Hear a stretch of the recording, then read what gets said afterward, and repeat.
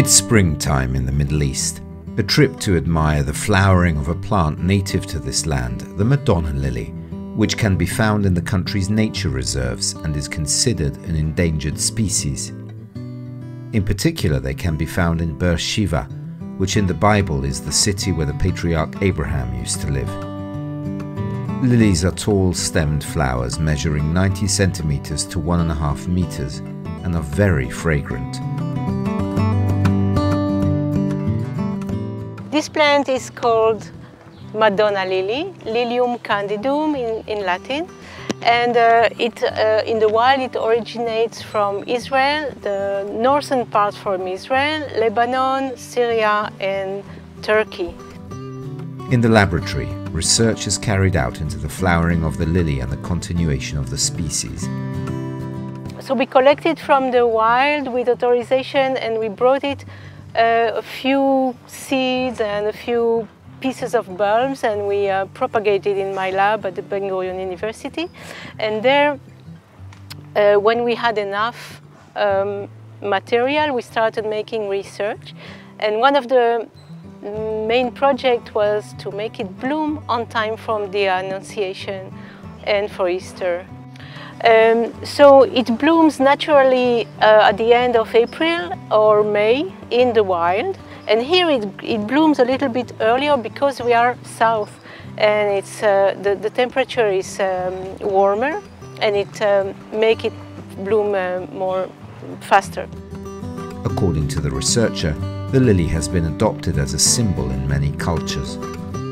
And I came across this plant by chance and I got really excited because it's so beautiful and it's so meaningful for many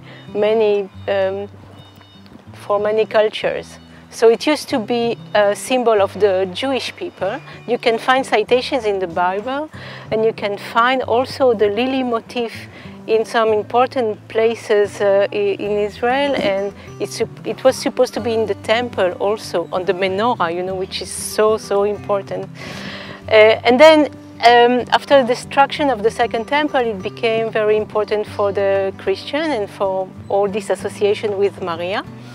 So this plant is called Madonna Lily because of its association with Madonna, with Maria, and this is probably because of its purity. How you can see how white it is, and so pure white it is.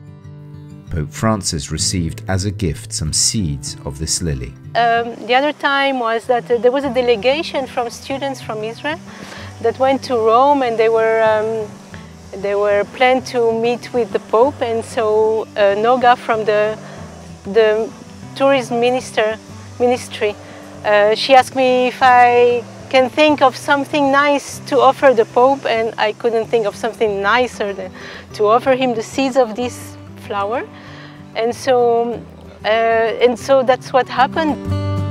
The flowers follow all the lives from birth to death. Okay, from birth to the grave, people use flowers to